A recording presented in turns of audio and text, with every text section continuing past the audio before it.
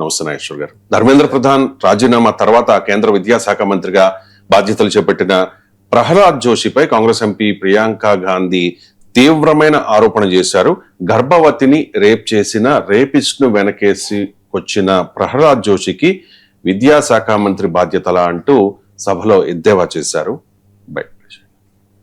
प्रधानमंत्री महोदय जी ने नया शिक्षा मंत्री चुना, एक ऐसे व्यक्ति को इस पद पर आसीन किया जिसने एक गर्भवती महिला के बलात्कारियों की रिहाई पर अपनी सहमति व्यक्त की, खुशी जताई।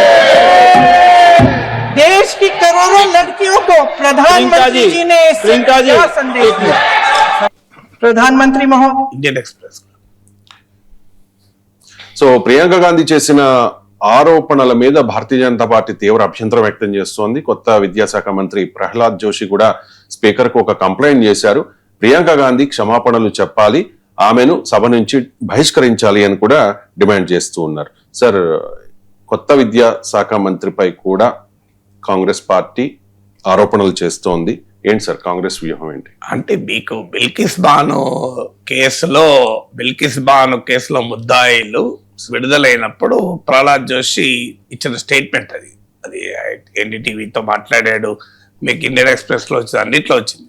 మీరు just Pralhad Joshi on Bilkis Bano convicts release అని కొట్టాడు వస్తుంది మీకు. అంతా మొత్తం మీడియాలో 2022లో అనుకుంటాను, to the best of my knowledge, year గుర్తులేదు, కానీ ఆయన అన్న మాటలే కదా అది.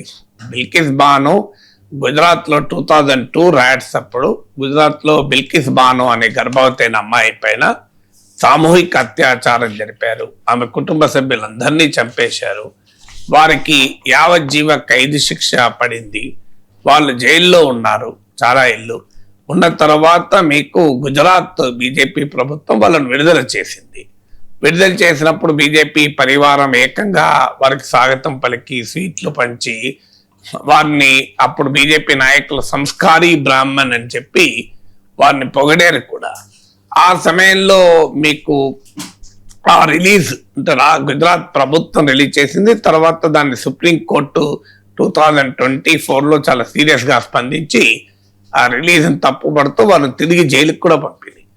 ఈ ఎపిసోడ్లో ప్రహ్లాద్ జోషి స్పష్టంగా ఆ రోజు ఇచ్చిన స్టేట్మెంట్ ఏంటంటే, ఇది న్యాయ ప్రక్రియ, మీకు నేరస్తులు సత్ప్రవర్తన చూపెట్టినప్పుడు వారిని విడుదల చేయడం అనేది చట్టబద్ధమైన ప్రక్రియ. ఆ ప్రక్రియలో భాగంగానే వాళ్ళని విడుదల చేశారు. సో వారు సత్ప్రవర్తన చూపినందుకు వాళ్ళని విడుదల చేశారు అని చెప్పి ప్రహ్లాద్ జోషి బిల్కిస్ బాను సామూహిక అత్యాచార కేసులో నిందితుల రిలీజ్ను సమర్థించారు. సో ఆ అంశాన్ని నిన్న ప్రియాంక గాంధీ కానీ రాహుల్ గాంధీ కానీ ప్రతిపక్షం మొత్తం లేవనెత్తున్న అంశం అది. ఎందుకంటే ఇది విద్యాశాఖ కనుక విద్యాశాఖకు మినిస్టర్గా నియమించేటప్పుడు ఏ రకమైనటువంటి నేపథ్యం ఉన్న వాళ్ళు నియమించాలి అనేది క్వశ్చన్. అందువల్ల ఇది నీట్ ఎగ్జామ్, నీట్ లో జరిగిన అవకతవకలు ఆ అంశంతో ముడిపడి ఉన్న అంశం కాదు. కానీ ప్రహ్లాద్ జోషి గతంలో ఇచ్చినటువంటి స్టేట్మెంట్ ను ప్రస్తావిస్తూ అపోజిషన్ అటాక్ చేయడంలో రాజకీయం ఉద్దేశం ఉంటుందంటే ఖచ్చితంగా రాజకీయ ఉద్దేశాలు ఉంటాయి. అంటే పొలిటికల్ గా మోడీ చాయిస్ ను క్వశ్చన్ చేయడము, ధర్మేంద్ర ప్రధాన్ రాజీనామాతో ఏర్పడినటువంటి రాజకీయ పరిస్థితుల్లో బీజేపీని టార్గెట్ చేయడం అనేది అపోజిషన్ లక్ష్యము. భారతీయ జనతా పార్టీ కూడా ధర్మేంద్ర ప్రధాన్ రాజీనామాను ఒక పాజిటివ్ గా ప్రజెంట్ చేసుకునే ప్రయత్నం చేసింది. నిన్న బీజేపీ హర్యానా విభాగం ఒక ఆసక్తికరమైన వీడియో కూడా విడుదల చేస్తూ ధర్మేంద్ర ప్రధాన్ రాజీనామా ప్రజాస్వామ్య ప్రత్యేకతను తెలియజేస్తుందంటూ కూడా ప్రచారం మొదలుపెట్టారు. ధర్మేంద్ర ప్రధాన్ కు పార్లమెంట్ లో సన్మానాలు చేశారు. ధర్మేంద్ర ప్రధాన్ జిందాబాద్ అంటూ నినాదాలు ఇచ్చారు. సో ధర్మేంద్ర ప్రధాన్ త్యాగం చేసినట్టు, విలువలకు నిలబడ్డట్లు, ప్రజాస్వామ్యాన్ని ప్రతిష్టాపన చేసేందుకే చేసినట్లుగా బీజేపీ ప్రజెంట్ చేస్తుంది. ధర్మేంద్ర ప్రధాన్ కూడా తన రాజీనామా లెక్కలో ఎక్కడా నైతిక బాధ్యత వహించలేదు, రాజకీయ జవాబుదారీతనాన్ని ప్రదర్శించలేదు. కేవలము ఇది తాను ఈ ఉద్యమాన్ని దేశ వ్యతిరేక శక్తులు హైజాక్ చేసుకునే ప్రయత్నం చేస్తున్నాయి కనుక తాను రాజీనామా చేస్తున్నట్లుగా ప్రకటించారు. సో అందువల్ల భారతీయ జనతా పార్టీ దాన్ని పొలిటికల్ గా తీసుకున్న విధానం కూడా అపోజిషన్ కు ఆగ్రహం తెప్పించడానికి కారణం.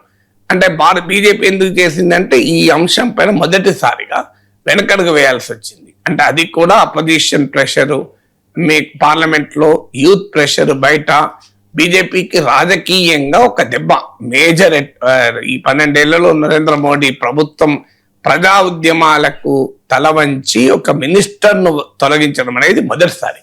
పాలసీ డిసిషన్స్ వెనక్కు తీసుకోవడం ఒక డైమెన్షన్, పాలసీ ఇష్యూస్ వెనక్కు తీసుకోవడం ఆ రకంగా రాజకీయ పరమైనటువంటి ఇంపాక్ట్ కంపారిటివ్లీ తక్కువ ఉంటుంది. వ్యూహాత్మకంగా వెనక్కి తీసుకున్నారంటారు. ఇప్పుడు వ్యవసాయ చట్టాల పైన మీకు వెనక్కి తీసుకున్నారు, లాటరల్ ఎంట్రీపై వెనక్కి తీసుకున్నారు, కానీ అవన్నీ పొలిటికల్ ఆస్పెక్ట్స్ కాదు. కానీ ఒక మినిస్టర్ను డ్రాప్ చేయడము, అది కూడా ఇన్ని లక్షల మంది విద్యార్థులు యువత రోడ్ల మీదకి వచ్చాక, పార్లమెంట్ని ఈ స్థాయిలో కుదిపేశాక, సహజంగానే ఆ డ్యామేజ్ కంట్రోల్ కొరకు బీజేపీ యత్నిస్తూ ధర్మేంద్ర ప్రధాన్ రాజీనామాను ఒక హీరోయిక్ యాక్ట్ గా ప్రజెంట్ చేసే ప్రయత్నం చేస్తుంది. దానికి కౌంటర్ గా ధర్మేంద్ర ప్రధానే కాదు, మీరు చాయిస్ గా తీసుకున్న వ్యక్తి కూడా ఈ బ్యాక్గ్రౌండ్ ఉంది.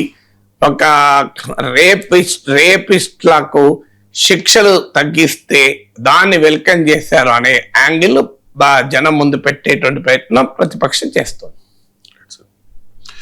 ఇక విద్యార్థుల నిరసనల్లో విద్యార్థులపైకి పెల్లెట్ గన్స్ తో పోలీసులు కాల్పులు జరిపారు. దీని మీద ప్రతిపక్షం తీవ్ర అభ్యంతరం వ్యక్తం చేసింది. రాహుల్ గాంధీ కూడా మీడియా ముందు ఆ విద్యార్థిని చూపెట్టి అతనికి తగిలిన గాయాలను కూడా అందరికీ చూపించే ప్రయత్నం కూడా చేశారు.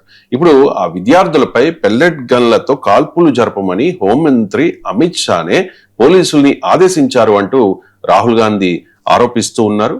సారీ బయట So the Home Minister authorized the shooting of our students, sir. He put pellets into the blood of our students. He ordered the students of India to be shot. Right sir. And ఈ anti paper leak బిల్లుపై చర్చ జరిగింది. చర్చ సందర్భంగా హోంమంత్రి అమిత్ షా సభలో లేరు. So దాని మీద కూడా రాహుల్ గాంధీ కొన్ని ఆరోపణలు చేస్తూ ఉన్నారు. చర్చకు భయపడే అమిత్ షా సభకు రాలేదు అంటూ ఉన్నారు రాహుల్ గాంధీ. लोकसभा में आ नहीं पाए. पहले बड़ी बड़ी बातें होती थी, अमित शाह दिस, अमित शाह दैट. लोकसभा के अंदर अमित शाह घुस नहीं पाए. क्यों? He is guilty. अगर गिल्टी नहीं होते तो 2 मिनट में आके जवाब दे देते.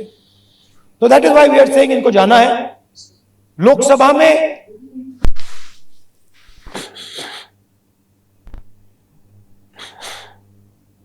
Right sir. ఇప్పుడు అమిత్ షాని టార్గెట్ చేస్తున్నారు సార్ రాహుల్ గాంధీ. అంటే అమిత్ షా టార్గెట్ చేయకపోతే ఇంకెవరిని చేస్తారు? ఇప్పుడు మీకు నరేంద్ర మోడీ ప్రభుత్వంలో నెంబర్ 2 మీకు ధర్మేంద్ర ప్రధాన్ అయిపోయింది. ధర్మేంద్ర ప్రధాన్ రిజైన్ చేశారు, వెళ్ళిపోయారు. సో నరేంద్ర మోడీ అమిత్ షాలను టార్గెట్ చేయడం ద్వారా మాత్రమే బీజేపీ నిలకొట్టగలుగుతారు. మీకు అందుకే ఎవరో జూనియర్ మినిస్టర్ని టార్గెట్ చేసి ఉపయోగమే ఉండదు. అందువల్ల వ్యూహాత్మకంగానే బీజేపీకి వీక్ మూమెంట్ గా భావిస్తున్నారు, వల్నరబుల్ మూమెంట్. ఫ్యూచర్ లో ఏం జరుగుతుంది పాలిటిక్స్ లో, రేపు ఎలక్షన్ల వరకు దీని ఇంపాక్ట్ ఉంటుందా ఉండదా, బీజేపీ ఎలా మేనేజ్ చేస్తుంది, ఇవన్నీ next aspects. As of now ఖచ్చితంగా ఈ పొలిటికల్ వార్ లో బీజేపీ కాస్త వల్నరబుల్ మూమెంట్ లోకి అయితే వెళ్ళిపోయింది, అందులో అనుమానం లేదు.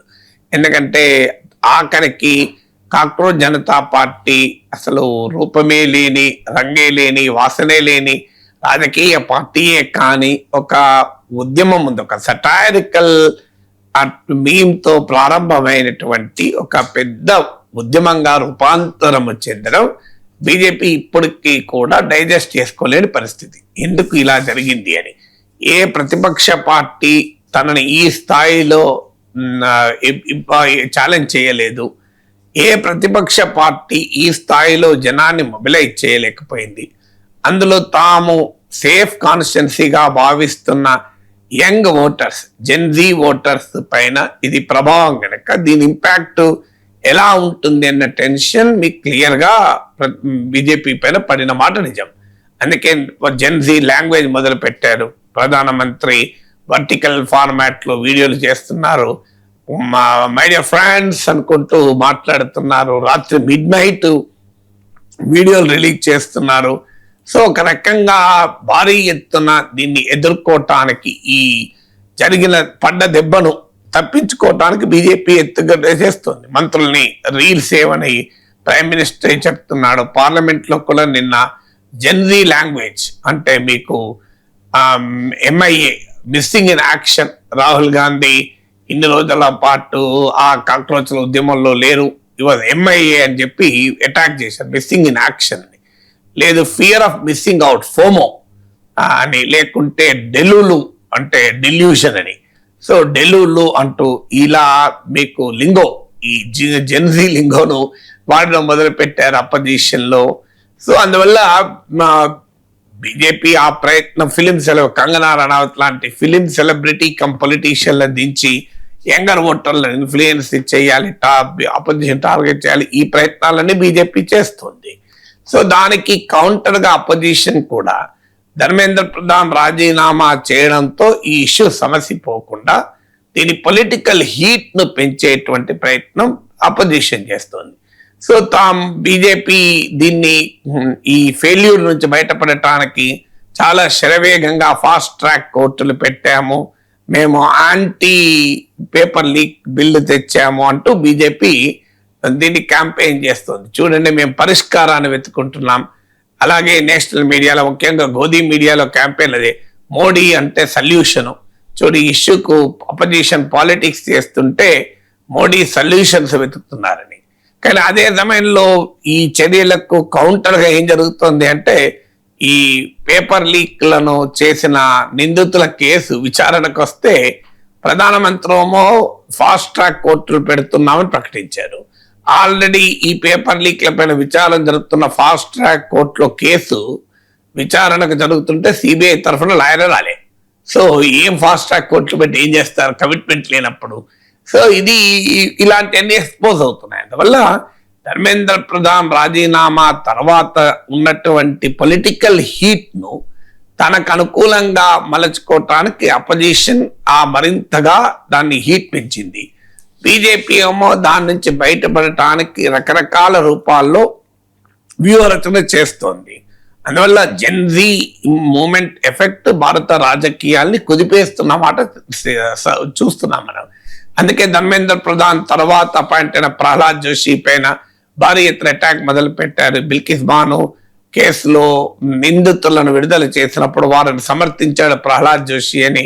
సో ఆ రకమైనటువంటి విమర్శలు కూడా ఎక్కుపెట్టారు. ఇప్పుడు ఏకంగా పోలీసుల ఎక్సర్సైజ్ పైన దేశమంతా చర్చ జరుగుతోంది. మొదట్లో అసలు మేమేమి ఎక్సర్సైజ్ చేయలేదన్నారు, ఇప్పుడు అంగీకరించక తప్పడం లేదు, ఎందుకంటే ఎవిడెన్స్ వస్తుందని. మీకు ఒక అమ్మాయి పైన పెలెట్ గన్ తగిలితే ఆమె ఏకంగా హాస్పిటల్లోనే చేరింది. అది నిన్న హిందూ మీడియా అంతా పబ్లిష్ చేసింది. ఆమె ఇంటికి వెళ్ళిపోయి సర్జరీ కూడా చేయించుకున్నదని. సో మీకు ఆమె హాస్పిటల్ సర్టిఫికేట్, సర్జరీ కాదనుకుంటాను, బట్ ఆమె డయాగ్నోసిస్ సర్టిఫికేట్ కూడా, డిశ్చార్జ్ సమ్మరీ కూడా చూపెట్టారు. అలాగే మీకు రాహుల్ గాంధీ ప్రెస్ కాన్ఫరెన్స్ పెట్టి పెలెట్ గన్ ఇంజురీస్ ఉన్నా కూడా మీడియా ముందు ప్రదర్శించారు. పెలెట్ గన్ వాడామని అంగీకరించక తప్పని పరిస్థితి. బీహార్లో అయితే ఒక అతను మీకు ఏకంగా AK-47 ఎక్కుపెట్టారు విద్యార్థుల పైన. సో ఈవెన్ సుప్రీం కోర్టు కూడా చాలా సీరియస్ గా తీసుకుని కేసు టేకప్ చేసింది. అందువల్ల ఢిల్లీ పోలీసు ఈ నిరసనల సమయంలో ఎక్సెసెస్ కు పాల్పడింది అనేది క్లియర్ గా డాక్యుమెంట్ అయింది. సో దాన్ని పార్లమెంట్ లో అపోజిషన్ చాలా ప్రధాన అంశంగా చేపట్టింది. Delhi police directly comes under union home ministry కనుక పోలీస్ ఎక్సర్సైజ్ పైన డిబేట్ నడుస్తున్న సమయంలో సహజంగానే మరి హోమ్ మినిస్టర్ ఉండాల్సి ఉంటుంది. కానీ కారణాలు ఏదైనా హోమ్ మినిస్టర్ ఇతర పనుల వల్ల కూడా వెళ్ళొచ్చు. రాహుల్ గాంధీ చెప్పినట్లేదు గిల్టీ ఫీల్ అయ్యి భయపడి అమిత్ షా పార్లమెంట్ నుంచి పారిపోయాడని నేనేం అనుకోను. కానీ అమిత్ షా ఆబ్సెన్స్ కూడా అపోజిషన్ ఒక పొలిటికల్ వెపన్ గా వాడుతూ చూడండి గిల్టీ ఫీల్ అవుతున్నాడు కనుకనే పార్లమెంట్ రాలేకపోతున్నాడని. అందువల్ల మీకు పేపర్ లీక్ కు ధర్మేంద్ర ప్రధాన్ అకౌంటబుల్ చేసినట్లు పోలీస్ ఎక్సెసెస్ కు అమిత్ షాని అకౌంటబుల్ చేయాలి అన్నది అపోజిషన్ ప్రయత్నం. ఎందుకంటే పోలీస్ ఎక్సెసెస్, పిల్లల పైన పోలీస్ ఎక్సెసెస్, ఆఖరికి మురళీ మనోహర్ జోషి లాంటి బీజేపీ ఆర్ఎస్ఎస్ వెటరనే చాలా ఆవేదనతో అభ్యంతరం వ్యక్తం చేశారు. సో ఈ ప్రాసెస్ లో అమిత్ షాను కూడా రాజీనామా చేయాలి, పోలీస్ ఎక్సెసెస్ కు అకౌంటబిలిటీ వహిస్తూ అని అపోజిషన్ అటాక్ చేయడం మొదలు పెట్టారు. అందువల్ల is a political war. Gen Z moment effect తర్వాత వచ్చిన ఒక రాజకీయ యుద్ధం జరుగుతోంది. సార్, ఇప్పుడు విద్యార్థులు రైతు నేతలతో కూడా కలుస్తూ ఉన్నారు. రైతు నేత రాకేష్ టికాయత్ తో సిజేపీ ప్రతినిధి అశుతోష్ రంకా నిన్న భేటీ అయ్యారు. అండ్ సార్, మోదీ సర్కార్కి యాంటీగా ఈ వ్యతిరేక శక్తులన్నీ ఏకమవుతూ ఉన్నట్టుగా కనిపిస్తోంది. ఇది మోదీ ప్రభుత్వానికి ఎటువంటి ఛాలెంజ్ అనుకోవాలి? అంటే ఆల్రెడీ మీకు రైతులు వాస్తవంగా ఈ జంతర్ మంతర్ ప్రొటెస్ట్లకు ముందు నుంచే అమెరికాతో ట్రేడ్ డీల్ కు వ్యతిరేకంగా రైతులు ఢిల్లీ యాత్ర మొదలు పెట్టారు కూడా.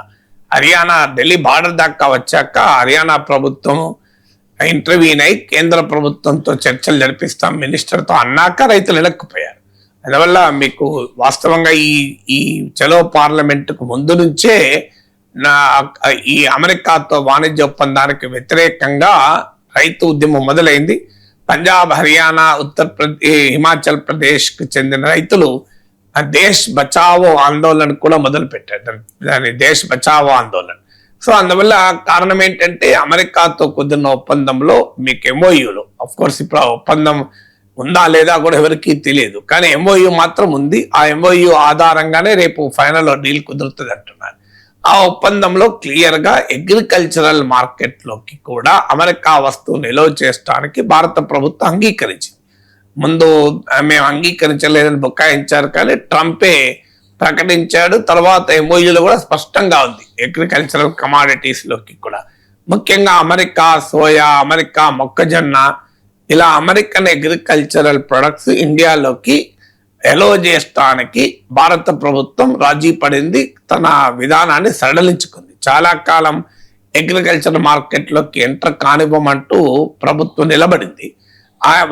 కానీ అది సడలించడం మొదలైంది. వాస్తవంగా ఎంఓయూకు ముందే మీకు లాస్ట్ 15th ఆగస్ట్ రోజు మన రైతుల ప్రయోజనాల కొరకు నేను గోడగా ఉంటాను అని ప్రైమ్ మినిస్టర్ ప్రకటించిన విత్ ఇన్ హవర్స్ కాటన్ పైన ఎక్సైజ్ డ్యూటీని, ఇంపోర్ట్ డ్యూటీని సస్పెండ్ చేశారు, 11% ఇంపోర్ట్ డ్యూటీ.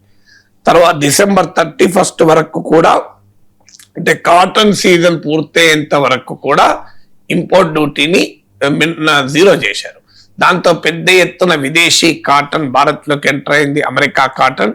దాని ఫలితంగా భారతీయ పత్తి రైతులు ఇబ్బందులు కూడా పడ్డారు. పత్తి ధరలు గణనీయంగా పడిపోయాయి. మన తెలుగు రాష్ట్రాల్లో కూడా పత్తి ధరలు పడిపోయాయి. సో అందువల్ల ఆ తర్వాత ఈ ఎంఓయూ కుదిరింది. అందువల్ల రైతులు భారత్ అమెరికా ట్రేడ్ డీల్ కు వ్యతిరేకంగా పెద్ద ఎత్తున ఆల్రెడీ పోరాటంలో ఉండగా సమాంతరంగా కాంగ్రెస్ జనతా పార్టీ జంతర్ మంతర్ ప్రొటెస్ట్ జరిగాయి. ఈ రెండు సమాంతరంగా జరిగాయి. వాస్తవంగా జంతర్ మంతర్ యూత్ ప్రొటెస్ట్ల వల్ల మీకు అమెరికా డీల్ కు వ్యతిరేకంగా రైతుల ప్రొటెస్ట్లు ఆ స్థాయిలో మన మీడియా అటెన్షన్ రాలేదు, కానీ రెండు సమాంతరంగా నడిచాయి, ఇప్పటికీ కూడా నడుస్తున్నాయి కూడా. అందువల్ల డెఫినెట్ గా ఈ రెండు ఉద్యమాలు, అటు యువజన ఉద్యమము ఇటు రైతు ఉద్యమం కలవడం ఒక మేజర్ ఇంపాక్ట్ క్రియేట్ చేస్తుంది. ఎందుకంటే మీకు ఈ నీట్ పేపర్ లీక్స్ ఏమో అర్బన్ మిడిల్ క్లాస్ యంగ్ ఓటర్లను ఇంపాక్ట్ చేసింది. రైతుల ఇష్యూస్ ఏమో పెద్ద ఎత్తున గ్రామీణ ప్రాంత ఓటర్ల పైన ప్రభావం చూపుతుంది. లాస్ట్ టైం వ్యవసాయ చట్టాలకు వ్యతిరేకంగా రైతుల పోరాట ప్రభావం ఆల్రెడీ చూసాం మనం. బీజేపీ చాలా ఎత్తుగడలు వేసి మీకు రాష్ట్రీయ లోక్దల్ RLDని ఎన్డీఏలోకి చేర్చుకొని చరణ్ సింగ్ కు భారత రత్న ఇచ్చి ఇలాంటి పనులు చాలా చేసినా కూడా మీకు బీజేపీ స్ట్రెంత్ 240కి పడిపోవటానికి, ఉత్తరప్రదేశ్ లో ప్రధానంగా తగ్గటానికి రైతు ఉద్యమ ప్రభావం చాలా క్లియర్ గా కనబడుతోంది. ఆ తర్వాత మీకు హర్యానాలో అసెంబ్లీ ఎన్నికలు గెలవచ్చు, కానీ ఈవెన్ హర్యానాలో కూడా సగం సీట్లు బీజేపీ కోల్పోయింది. అందువల్ల రాజస్థాన్ అంటే రైతు బెల్ట్ మొత్తం బీజేపీ భారీగా దెబ్బతిన్నది కూడా 2024 లోక్సభ ఎలక్షన్ల టైంలో. సో అందువల్ల ఈ పరిణామాల నేపథ్యంలో ఇప్పుడు మళ్ళీ రైతులు రోడ్డెక్కుతున్నారు. ఎందుకంటే ఈ ట్రేడ్ డీల్ ఒకటే కాదు, ఇప్పుడు fertiliser prices, West Asia crisis వల్ల ఎరువుల ధరలు విపరీతంగా పెరిగి కాస్ట్ ఆఫ్ ప్రొడక్షన్ అనూహ్యంగా పెరిగింది. మీకు డీజిల్ ధరలు పెరిగాయి, మీకు ఎరువుల ధరలు పెరిగాయి, ఉత్పత్తి ఖర్చులు పెరుగుతున్నాయి, దానికి తగ్గట్టుగా ధరలు పెరగడం లేదు. పైగా ఈసారి ఎల్నీనో ప్రభావంతో వర్షాభావ పరిస్థితులు, దేశమంతటా డెఫిసిట్ రెయిన్ ఫాల్ ఉంది. దీనికి తోడు కొన్ని ప్రాంతాల్లో భూసేకరణ అనేది వివాదం, కేన్ బత్వా ప్రాజెక్టుకు ల్యాండ్ అక్విజిషన్ ఇష్యూగా ఉంది. సో అందువల్ల రైతుల ఇష్యూలు కూడా పేరుకుపోతున్నాయి. ఆల్రెడీ సంయుక్త కిసాన్ మోర్చా నాయకత్వంలో రైతు ఉద్యమాలు దేశమంతటా నడుస్తున్నాయి. సో రైతాంగ ఉద్యమము, విద్యార్థి ఉద్యమాల మధ్య సినర్జీ గనక, రైతు విద్యార్థి ఉద్యమాల సినర్జీ ఒక మ్యాసివ్ పొలిటికల్ ఛాలెంజ్ కు కారణమవుతుంది. ఎందుకంటే మీకు ఈ రెండు ఉద్యమాలలోనే నరేంద్ర మోడీ లాంటి స్ట్రాంగ్ మ్యాన్ వెనక్కు తగ్గాడు. మొదటిసారి మీకు వ్యవసాయ చట్టాలను వెనక్కి తీసుకొని రైతులకు ఏకంగా క్షమాపణ కూడా చెప్పారు. మీకు ఇప్పుడు విద్యార్థి యువజన ఉద్యమానికి తల వంచి ధర్మేంద్ర ప్రధాన్ రాజీనామా కూడా చేశారు. ఇక మిగతా ఉద్యమాలప్పుడు మీకు ఈ స్థాయిలో పొలిటికల్ గా వెనక్కు కొట్టలేకపోయారు. కార్మిక చట్టాలకు వ్యతిరేకంగా పెద్ద పోరాటం జరిపారు. నోయిడా ఈ ప్రాంతంలో పెద్ద ఎత్తున కార్మికులు ఉద్యమాలు జరిపారు. మీకు అనేక వర్గాల కార్మికులు పోరాటాలు చేస్తున్నా ఈ స్థాయిలో పొలిటికల్ ఇంపాక్ట్ రాలేదు. అందువల్ల ఈ 12 years లో అత్యధిక రాజకీయ ప్రభావాన్ని, రాజకీయ ఎదురు దెబ్బను ఇన్ఫ్లిక్ట్ చేయగలిగిన రెండు ఉద్యమాలు రైతు ఉద్యమాలు, యువజన ఉద్యమాలు. మిగతా ఉద్యమాలది ఆ లోకల్ గా స్పొరాడిక్ గా ఇంపాక్టే తప్ప నేషన్ వైడ్ గా ఒక పొలిటికల్ ఇంపాక్ట్ క్రియేట్ కాలేదు. అందువల్ల రెండు పొలిటికల్ ఇంపాక్ట్లు క్రియేట్ అయిన ఉద్యమాల మధ్య సినర్జీ అది డెఫినెట్ గా చాలా పెద్ద ప్రభావం చూపుతుంది. ఎందుకంటే మోడీ ప్రభుత్వం తొందరగా ఒక ప్రజా ఉద్యమానికి అంగీకరించే ప్రభుత్వం కాదు. మీకు అగ్నివీర్ ఇష్యూలో చూసాం. అగ్నివీర్ ఉద్యమం కూడా వాస్తవంగా బీజేపీని చాలా ఇబ్బందులు పెట్టింది, డిఫెండ్ చేసుకోలేని పరిస్థితి తీసుకొచ్చింది. కానీ ఆ ఉద్యమం పూర్తి రిజల్ట్ సాధించలేకపోయింది. సో అందువల్ల మీకు రైతు ఉద్యమం, యువజన ఉద్యమాల విషయంలోనే బీజేపీ పొలిటికల్ గా డిఫీట్ అంగీకరించక తప్పనిసరి పరిస్థితి వచ్చింది. అందువల్ల ఆ రెండు ఉద్యమాల మధ్య సినర్జీ చాలా భారీ ఇంపాక్ట్ క్రియేట్ చేస్తుంది. ప్రధానమంత్రి పదవికి మోదీ రిజైన్ చేయాలి, ఒక ఇన్ఫ్లుయెన్సర్ గా మారాలి అంటూ ఉన్నారు కాంగ్రెస్ జనతా పార్టీ వ్యవస్థాపకుడు అభిజిత్ దీప్కే. అండ్ ప్రభుత్వాన్నే మార్చేస్తాం, ధర్మేంద్ర ప్రధాన్ ని ఏ రకంగా దించామో అలాగే ప్రభుత్వాన్ని కూడా మార్చేస్తాము అంటూ చాలా స్ట్రాంగ్ వార్నింగ్ ఇచ్చారు ప్రభుత్వానికి. సార్ ఈ వార్నింగ్ ఏ రకంగా చూడాలి? అంటే కాంటెక్స్ట్ లేకుండా మన వార్నింగ్ చూస్తే ఇదేం వార్నింగ్ అనిపిస్తుంది. మీరు ఆ పేపర్లో వచ్చే వార్త మొత్తం ఒక పేర చదివితే మీకు అర్థమైపోతుంది. సార్ ఏమందో చదవండి. జంతర్ మంతర్ ఉద్యమంలో పాల్గొన్న విద్యార్థులపై ప్రభుత్వం వేధింపులను ఆపాలి, నిరసనకారులపై పెల్లెట్ తుపాకులు వాడేలా పోలీసులకు అనుమతి ఇచ్చిన వ్యక్తిపై చర్య తీసుకోవాలి అని అభిజిత్ దీప్కే డిమాండ్ చేశారు. అది చెయ్యకపోతే అని మీరు తర్వాత చదవలేదు, తర్వాత చదవండి. ప్రభుత్వం దారికి రాకపోతే యువత ప్రభుత్వాన్ని మారుస్తుంది. పాయింటల్ ఏంటంటే మీకు మనం ఏమవుతుందంటే ఒక వార్తను అవుట్ ఆఫ్ కాంటెక్స్ట్ చూసినప్పుడు అది ఒక ఏంటి సడన్ గా ప్రభుత్వాన్ని దించేస్తాం, ప్రధానమంత్రి వైదొలగాలి అనే డిమాండ్ చేస్తున్నారు. ఇది వీళ్ళ పని కాదు కదా. వీరు పేపర్ లీక్ల పైన పోరాడచ్చు, కానీ అది ఒక రాజకీయ పార్టీగానే ఇంకా రిజిస్టర్ చేసుకోక ముందే ఈ రాజకీయ పరమైన ఉపన్యాసాలు ఏంటి అని అనిపిస్తాయి. అందుకే నేను ఆ వార్త మొత్తం చూడమని చెప్పేసి మీకు అన్నదేంటి, మీరు విద్యార్థుల పైన కేసులు ఉపసంహరించుకుంటామని హామీ ఇచ్చారు. ఆ హామీని నిలబెట్టుకోవాలి. అలాగే మీకు విద్యార్థుల పైన ఈ పెల్లెట్ గన్లు ప్రయోగించమని ఆదేశించిన వారిపైన చర్య తీసుకోవాలి అని. సో ఈ అంశాలు చెయ్యనప్పుడు మేము ప్రభుత్వాన్ని దించుదామని. సో అందువల్ల మనం ఆ కాంటెక్స్ట్ లేకుండా వార్త చూడకూడదు.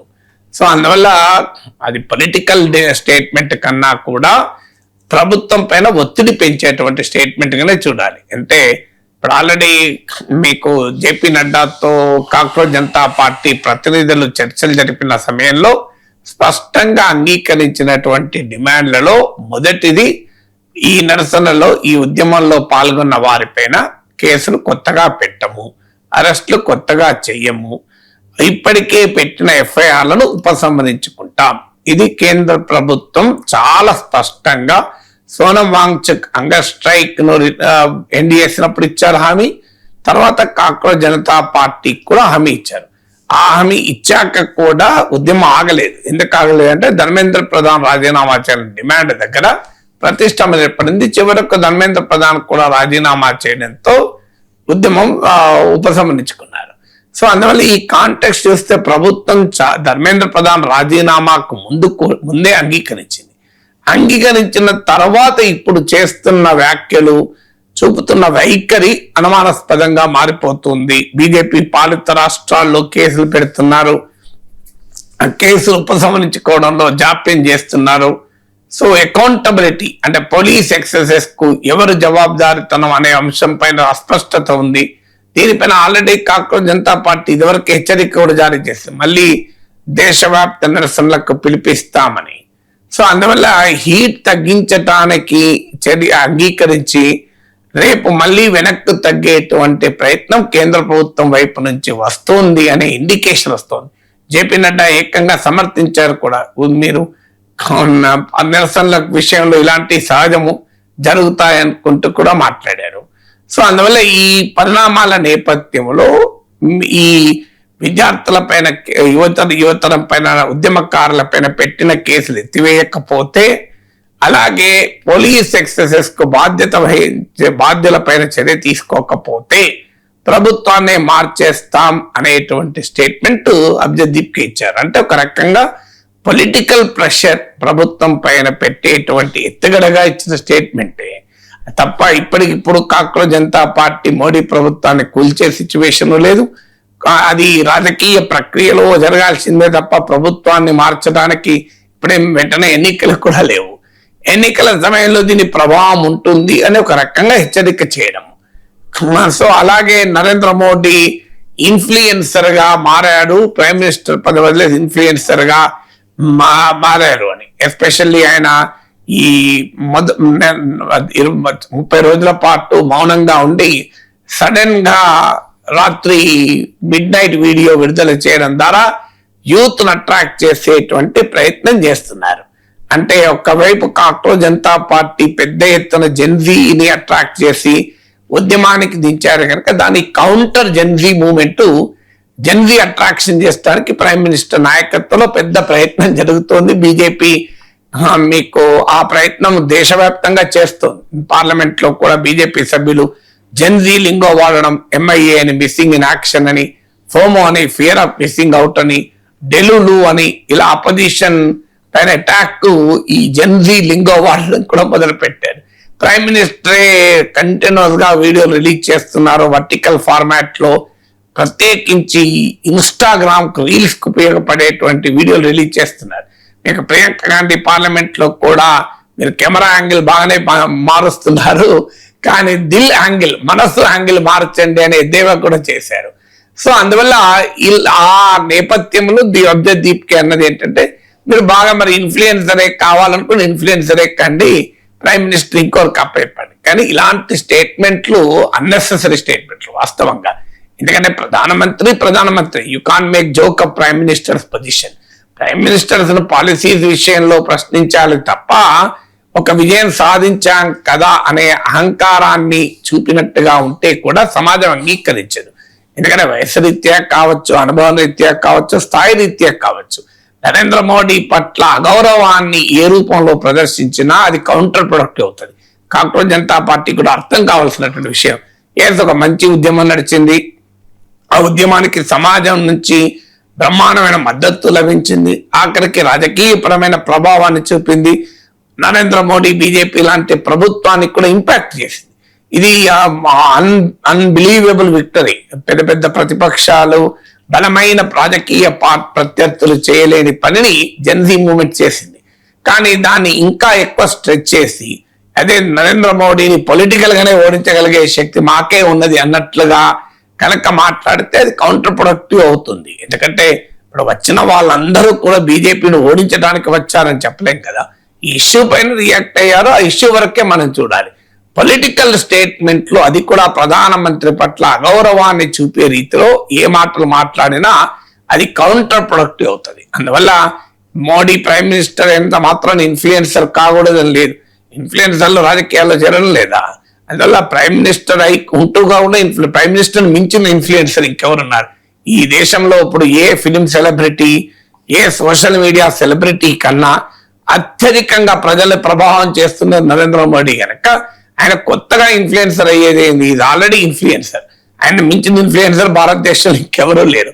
అందువల్ల పాలసీస్ పైన, ఇష్యూస్ పైన మోడీని నిలదీయాలి తప్ప ఏదో ప్రభుత్వాన్ని దించేస్తా, మోడీ ప్రైమ్ మినిస్టర్ పదవి వదిలేసి ఇంకోరికి ఇచ్చేసి ఇన్ఫ్లుయెన్సర్ కండి, ఇది అబ్జదీప్ కి ఇట్లాంటి స్టేట్మెంట్లు కంటిన్యూ చేస్తే కాంగ్రెస్ జనతా పార్టీకి నష్టం జరుగుతుంది. That is not their business. వారు ఇష్యూస్ పైన రైజ్ చేయొచ్చు, ఇష్యూస్ పైన పోరాడచ్చు, ఇష్యూస్ పైన ఎవరిని నిలదీయచ్చు. కానీ ప్రైమ్ మినిస్టర్ పట్ల అగౌరవాన్ని, డిస్రెస్పెక్ట్ ను చూపెట్టే రీతిలో ఏ వ్యాఖ్య చేసినా, నేను ఇంతకుముందు చెప్పినట్లు వయస్సు, అనుభవము, స్థాయి, ఇవన్నీ గ్యాప్ ఉంటుంది మీకు. అందువల్ల అది కౌంటర్ ప్రొడక్టివ్ గా మారే అవకాశం కూడా ఉంటుంది. రష్యాతో వాణిజ్యం చేసే దేశాలపై 100% టారిఫ్ విధించే దిశగా అమెరికా ఉపక్రమిస్తోంది.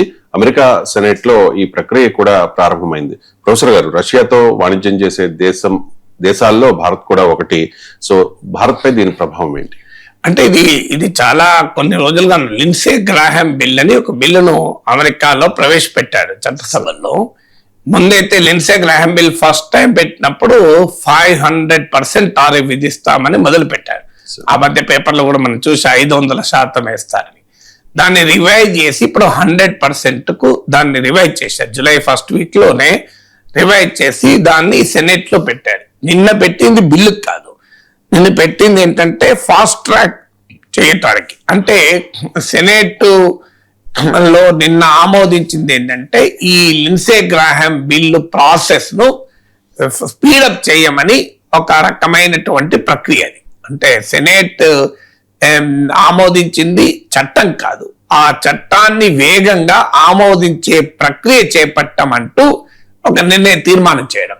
సో దీనికి ఇంట్రెస్టింగ్ ఏంటంటే బైపార్టిజన్, డెమోక్రాట్లు, రిపబ్లికన్ అందరూ మద్దతు ఇచ్చారు. అది that is something worrying. So ఇది రేపు ఇలాంటి బిల్లు, లిండ్సే గ్రాహం బిల్లు గనక ఆమోదం పొందితే రష్యాతో ట్రేడ్ చేసే దేశాల పైన 100% టారిఫ్ విధిస్తారు. దీని వల్ల హైయెస్ట్ గా ఇంపాక్ట్ అయ్యేది ఇండియా, చైనా. ఎందుకంటే మీకు Russia total crude oil exports లో రష్యా చేసేటువంటి ముడి చమురు ఎగుమతుల్లో 47 to 50% చైనాకు వెళ్తే 36 to 38% ఇండియాకు వెళ్తాయి. సో 47 to 50% చైనాకు, 36 to 38% ఇండియాకు. అందువల్ల అఫ్ కోర్స్ ఈ బిల్లులో top 5 purchasers of Russian oil target చేస్తామన్నా ఈ చైనా, ఇండియా కలిపితేనే దాదాపు మీకు 85-90% మనమే కొంటున్నాం. అందులో మీకు మే 2026 డేటా ప్రకారం ఇండియన్ టోటల్ ఆయిల్ ఇంపోర్ట్స్ లో లిటిల్ ఓవర్ 40% రష్యా నుంచి. మధ్యలో ట్రంప్ ట్రేడ్ డీల్ కుదుర్చుకునే సమయంలో భారతదేశం వెనక్కు తగ్గింది. రష్యా నుంచి చమురు కొనడం బాగా తగ్గించింది. ఈ రోజ్ నెఫ్ట్, లుక్ ఆయిల్ పైన అమెరికా ఆంక్షలు విధించాక ట్రేడ్ డీల్, ముఖ్యంగా ట్రేడ్ డీల్ కుదుర్చుకునే సమయంలో ట్రంప్ ప్రెషర్ కు తల వంచి రష్యా నుంచి ఆయిల్ కొనడం సబ్స్టాన్షియల్ గా తగ్గించారు.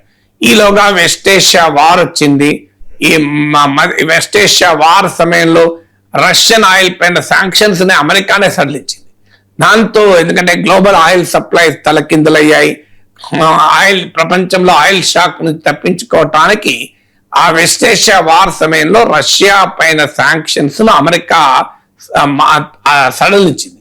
దాంతో మళ్ళీ ఇండియా కొనడం మొదలు పెట్టింది. మే 2026 data petroleum planning analysis ministry of petroleum government of India data ప్రకారం ఇండియా ఇంపోర్ట్ చేసుకున్న మొత్తం క్రూడ్ ఆయిల్ లో 40% ఏమో ఇన్ రష్యా నుంచి. అది జూన్ 2026 లో మోర్ దెన్ 50% చేరిందని కూడా లెక్కలు వచ్చాయి. అందువల్ల ఖచ్చితంగా మాసివ్ ఇంపాక్ట్ ఇండియా పైన పడుతుంది. ఎందుకంటే రష్యన్ ఆయిల్ ఇది కంపారిటివ్లీ శాంక్షన్స్ వల్ల మనకు చీపర్ గా వస్తుంది. ఒకప్పుడు మీకు 2022 ఉక్రెయిన్ వార్ ముందు మన టోటల్ ఆయిల్ ఇంపోర్ట్స్ లో రష్యా 1% కూడా ఉండేది కాదు. అది ఇప్పుడు ఆల్రెడీ 40% ఈ మేలో, అంటే మామూలు విషయం కాదు.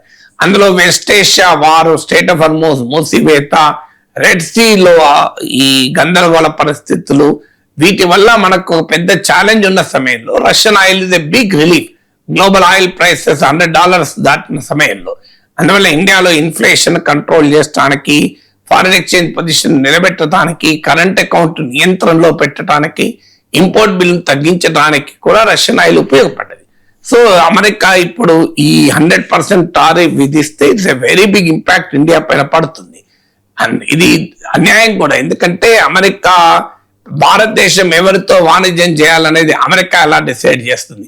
ఆ మాటకు వస్తే మీకు ట్రంప్ ప్రెసిడెంట్ అయ్యాక అమెరికా రష్యాల మధ్య వాణిజ్యం 20% పెరిగిందని అలాస్కాలో ప్రెసిడెంట్ పుటిన్ ప్రకటించారు. అంటే అమెరికా ట్రేడ్ జరుపుకుంటే రష్యాతో ఇబ్బంది లేదు. యూరప్ ఇప్పుడు రష్యా ఎగుమతి చేసేటువంటి గ్యాస్ లో సబ్స్టాన్షియల్ పార్ట్ యూరోపియన్ కంట్రీస్ కి ఎగుమతి చేస్తుంది. అంటే అమెరికా, యూరోప్ రష్యాతో ట్రేడ్ చేస్తూ భారతదేశం మాత్రం ట్రేడ్ చేయొద్దు అని కండిషన్స్ పెడితే అది ఏ మేరకు జస్టిఫైడ్? ఇది ఒకటే కాదు, మీకు అంతకుముందు మనం S-400 మిసైల్ డిఫెన్స్ సిస్టమ్ కొన్నప్పుడు కూడా ఇలాగే మన పైన ఆంక్షలు పెట్టారు, countering American adversary through sanctions act అని. ఆ తర్వాత దానికి కాస్త వేవర్ ఇచ్చారు. ఇప్పటికే మనం ఇరాన్ నుంచి అమెరికా శాంక్షన్స్ వల్ల ఆయిల్ కొంటలేం. ఒకప్పుడు మన టోటల్ ఆయిల్ ఇంపోర్ట్స్ లో 10% ఇరాన్ ఉండేది, అది ఇప్పుడు 0కు వచ్చేసింది. ఇరాన్ తో ఉండేదైతే రూపీ ట్రేడ్ కూడా. సో అందువల్ల ఖచ్చితంగా అమెరికా ఏకపక్ష శాంక్షన్స్ మనం ఖచ్చితంగా వ్యతిరేకించాలి. నీకు శత్రువు అయితే మాకు శత్రువు కావాలనే లేదు. పాకిస్తాన్ పహల్గాంలో దుర్మార్గంగా తీవ్రవాద దాడులకు పూనుకుంది. పాకిస్తాన్ పైన మనం ఇండస్ వాటర్ ట్రీటీ బ్యాన్ చేసి పాకిస్తాన్ కు ట్రేడ్ ఆపేశాం. మరి అమెరికా పాకిస్తాన్ ట్రేడ్ ఆపిందా?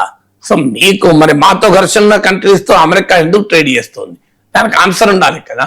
అందువల్ల అమెరికా విధిస్తున్న ఈ ఆంక్షలు ఏకపక్షమైనవి, అన్యాయమైనవి. అందువల్ల ఖచ్చితంగా ఇండియా గట్టిగా దీన్ని ప్రతిఘటించాల్సిన అవసరం ఉంది. ఇక ఆంధ్రప్రదేశ్ రాజకీయాల విషయానికి వస్తే, రిమాండ్ లో ఉన్న మాజీ మంత్రి వైసీపీ నేత సీదిరి అప్పలరాజును ములాఖత్ లో కలవడానికి వైసీపీ అధినేత మాజీ ముఖ్యమంత్రి జగన్మోహన్ రెడ్డి ఇవాళ శ్రీకాకుళం వెళ్తూ ఉన్నారు. వైసీపీ మొదటి నుంచి ఆరోపిస్తోంది సార్, సీదిరి అప్పలరాజు అరెస్టు అనేది కక్షపూరితము, కావాలనే ఆయన కేసులో ఇరికించారు, జైలుకు పంపించారు అని చెప్పేసి కూటమి నేతలు అంటూ ఉన్నారు సార్. క్రిమినల్స్ కు మద్దతుగా ఉండడం జగన్ కు మొదటి నుంచి అలవాటు అని చెప్పేసి. వాస్తవంగా కూటమి ప్రభుత్వం అధికారంలోకి వచ్చిన తర్వాత చాలా మంది వైఎస్ఆర్ కాంగ్రెస్ పార్టీ కీలక నేతలు అరెస్ట్ అయ్యారు. సో ఆ జైలుకు వెళ్లే జగన్మోహన్ రెడ్డి చాలా సందర్భాల్లో ఆయా నేతలతో ములాఖాత్ కూడా అయ్యారు. సో సీదిరి అప్పలరాజును ఇవాళ పరామర్శించబోతూ ఉన్నారు జగన్మోహన్ రెడ్డి. అది రోడ్ యాక్సిడెంట్ కేసు చేసింది సీదిరి అప్పలరాజు కొడుకు. తండ్రి అతన్ని కాపాడే ప్రయత్నం చేశాడన్నది ఆరోపణ. అంటే ఇప్పుడు నిందితుల దశలోనే ఉన్నాడు తప్ప నేరస్తుడిగా నేమ్ రుజువు కాలేదు. ఆ మాట కడితే ఇవాళ association for democratic reform data ఉంది. మీకు చంద్రబాబు నాయుడు పైన కూడా బోలెడన్ని క్రిమినల్ కేసులు ఉన్నాయి, మీకు ముఖ్యమంత్రుల పైన క్రిమినల్ కేసులు ఉన్నాయి, మినిస్టర్ల పైన కేసులు ఉన్నాయి, ఎమ్మెల్యేల పైన కేసులు ఉన్నాయి. కేసులున్న ప్రతి ఒక్కరిని మనం నేరస్తులు లేము. కేసులుంటే అది అక్యూజ్ నిందితుడే తప్ప నేరస్తుడు కాదు. అందువల్ల మీకు కేసు క్లియర్ గా పొలిటికల్లీ మోటివేటెడ్ అర్థమవుతుంది. లేకపోతే ఒక యాక్సిడెంట్ కేసులో ఒక వ్యక్తిని అరెస్ట్ చేసి లోపలేసడం అనేది చాలా రేర్ గా జరుగుతుంది మనకు. అది కూడా యాక్సిడెంట్ అతను చేసింది కాదు, కొడుకు చేసింది. కొడుకును కాపాడే ప్రయత్నం చేశారన్నది ఆరోపణ. సో అందువల్ల మీకు పెట్టిన కేసు చూస్తే ఆరోపించబడ్డ నేరానికి పెట్టిన కేసు తీవ్రత కూడా చాలా తేడా ఉంది. అందువల్ల దాని పొలిటికల్లీ డైమెన్షన్ ఉంది కనుక పొలిటికల్ గానే ఆ ప్రత్యర్థులు ఎదుర్కొంటారు. అందులో జగన్మోహన్ రెడ్డి మొదటి నుంచి కూడా ఎత్తుగడేంటి, ఆయన రాజకీయ పుట్టుకనే ఓదార్పులతో మొదలైంది. మీకు ఆయన పొలిటికల్ వెపనే ఓదార్పు యాత్రలతో స్టార్ట్ అయింది. ఆయన ఎన్నికల్లో సక్సెస్ అయింది కూడా ఈ ఓదార్పు యాత్రలతోనే సక్సెస్ అయ్యారు. సో అందువల్ల ఆ ఓదార్పు పాలిటిక్స్ జగన్ ఇప్పటికీ కూడా కంటిన్యూ చేస్తూనే ఉన్నాడు. ఎందుకంటే ఒక్కటి దీని ద్వారా తన పార్టీ కార్యకర్తలకు, నాయకులకు, శ్రేణులకు కాన్ఫిడెన్స్ ఇవ్వడం, ఈ ప్రభుత్వ నిర్బంధాలను, అధికార కూటమి నిర్బంధాలను మనం ఎదుర్కొని నిలబడతాము అని. ఎందుకంటే మీకు చంద్రబాబు నాయుడు జగన్మోహన్ రెడ్డి జైల్లో పెట్టినప్పుడు పవన్ కళ్యాణ్ ప్రత్యేకంగా వెళ్ళలేదా? అందరూ వెళ్ళలేదు, మిగతా టీడీపీ నేతలు వెళ్ళలేదా? అచ్చెన్నాయుడిని జగన్ జైల్లో పెట్టినప్పుడు టీడీపీ నాయకులు వెళ్ళి పరామర్శించలేదా? అందువల్ల ఒక రాజకీయ పార్టీ మరో రాజకీయ పార్టీతో వ్యవహరించేటువంటి స్వభావం ఇది. జగన్ టీడీపీ నాయకుల పైన కేసులు పెట్టినప్పుడు టీడీపీ అలాగే వివరించింది. ఇప్పుడు కూటమి జగన్ పైన కేసులు పెట్టినప్పుడు కూటమి వైసీపీ నాయకులు కూడా అలాగే వివరిస్తున్నారు. అందువల్ల ఈ ఓదార్పు పాలిటిక్స్, పరామర్శ పాలిటిక్స్ అనేది రాజకీయ ప్రక్రియలో భాగమైంది. సో అందువల్ల ఇదేమి కొత్త ఏమీ కాదు. అయితే జగన్మోహన్ రెడ్డి ఏంటంటే ప్రతి అంశాన్ని కూడా ఒక బల ప్రదర్శనగా మార్చి పబ్లిక్ మొబిలైజేషన్ ద్వారా తన స్ట్రెంగ్త్ ను, తన రిలవెన్స్ ను పొలిటికల్ స్పేస్ లో ప్రదర్శించడం అనేది ఆయన స్టైల్ ఆఫ్ పాలిటిక్స్. అది మీరు మిర్చి రైతులు కానీ, మామిడి రైతులు కానీ, పొగాకు రైతులు కానీ, అది సిద్ధర అప్పలరాజు పరామర్శ కానీ, అంబటి రాంబాబు పరామర్శ కానీ, ఏదైనా స్టైల్ ఒకటే. ఆ స్టైల్ ఏంటంటే తన నాయకత్వంలో ఒక పెద్ద బల ప్రదర్శన చేయడం అనేది. సో ఈ పొలిటికల్ వెపన్ అనేది జగన్ వాడుతూ ఉంటాడు. ఇప్పుడు దీని కల్మినేషన్ ఓదార్పు యాత్రల, ఈ పరామర్శ యాత్రల, నిరసన యాత్రల కల్మినేషన్ మీకు పాదయాత్ర స్టార్ట్ అవుతుంది 2027 డిసెంబర్ లో అనుకుంటాను. ఆల్రెడీ అనౌన్స్ చేసే షెడ్యూల్ ప్రకారం పాదయాత్ర మొదలవుతుంది. అంటే ఈ యాత్ర మొబిలైజేషన్ టాక్టిక్ అనేది జగన్మోహన్ రెడ్డి మొదటి నుంచి చేస్తున్న పని. ఆంధ్రప్రదేశ్ రాజకీయాల్లో మీకు రాజశేఖర్ రెడ్డి పాదయాత్రతో మొదలైంది.